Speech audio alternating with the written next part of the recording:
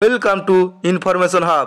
পশ্চিমবঙ্গ সরকারের finance department থেকে ডিএর বিজ্ঞপ্তি প্রকাশ করা হলো।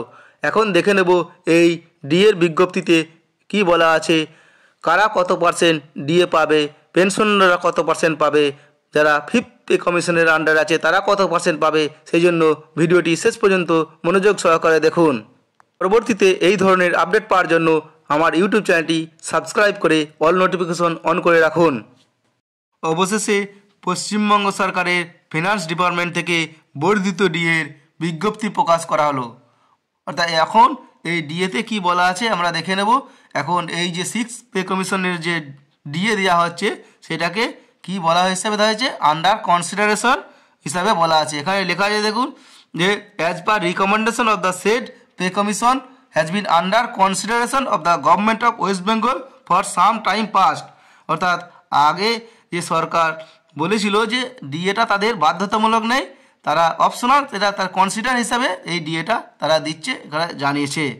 এই ডিএটা কত দেওয়া হবে, যে 1/1/2024 থেকে 10% হিসাবে, বেসিকের যে 10% হিসেবে ডিএ দেওয়া হবে। অর্থাৎ আগে যে 6% ছিল তার সাথে 4% যোগ হয়ে মোট 10% এটা দেওয়া হবে। কত, 1/1/2024 থেকে, অর্থাৎ 1 জানুয়ারি থেকে এটা এফেক্ট হবে। এবং ডিএ কারা পাবে, এবং পশ্চিমবঙ্গ সরকারের সমস্ত রকম ধরনের কর্মচারী, পঞ্চায়েত, এডুকেশন, টিচার বা আরও মিউনিসিপ্যাল কর্পোরেশনের যে সমস্ত আছে, এবং তারা পাবে যারা 2019-এর রোপা অনুযায়ী স্যালারি পায় বা পেনশন পায়, তাদের 10% ডিএ পাবে 1/1/2024 হইতে। এই 10% বলতে আগের 6% প্লাস 4% নতুন দিচ্ছে, সেটা মিলিয়ে 10%। এছাড়া যারা পেনশনার বা ফ্যামিলি পেনশনার আছে, যারা 2019-এর রোপা অনুযায়ী স্যালারি পায় বা পেনশন পায়, তাদেরও 10% হিসাবে 1/1/24 থেকে পেনশন পাবে।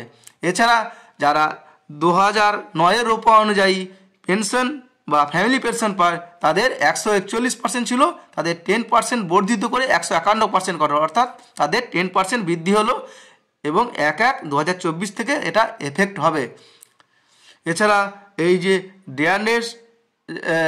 ডিএটা এটা কিভাবে হিসাব হবে, তাদের রাউন্ড অফ করা হবে, নিয়ারেস্ট রুপিসে করা হবে। এছাড়া এখানে বলা আছে যে there will be further ad hoc increase in daily rate wages. যাদের ডেলি হিসাব করে যাদের মাইনে দেওয়া হয় তাদের 22 টাকা বৃদ্ধি করা হলো, প্রতিদিন 22 টাকা করে বৃদ্ধি করা হলো। অর্থাৎ যারা ডেলি মাইনে পায় তাদের ক্ষেত্রে 24 টাকা বৃদ্ধি করার কথা এই রূপাতে বিশেষ করে বলা আছে।